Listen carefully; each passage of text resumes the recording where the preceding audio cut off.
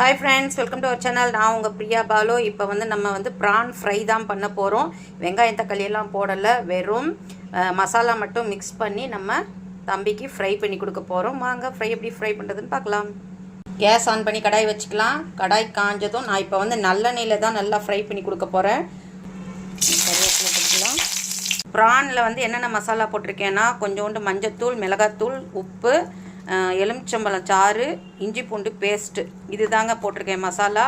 இதை அப்படியே நம்ம எடுத்து போட்டுருவோம். எண்ணெய் கம்மியாக தான் ஊற்றிருக்கேன். ஏன்னா முதல்ல சுருண்டு வரட்டும், அதுக்கப்புறம் நம்ம இன்னும் கொஞ்சம் கூட எண்ணெய் ஊற்றிக்கலாம். ரொம்ப ஆயிலும் வேண்டாம். நம்ம நல்லா ஸ்ப்ரெட் பண்ணி விட்டோம்னா சுருண்டு வரும்.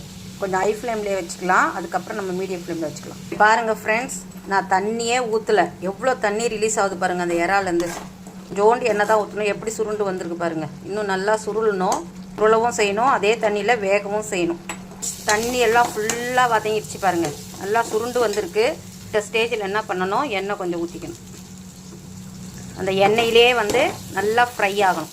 எண்ணெயிலே ஃப்ரை ஆகும்போது நமக்கு டேஸ்ட்டு சூப்பராக இருக்கும். இன்னும் நல்லா ஃப்ரை ஆகணும்.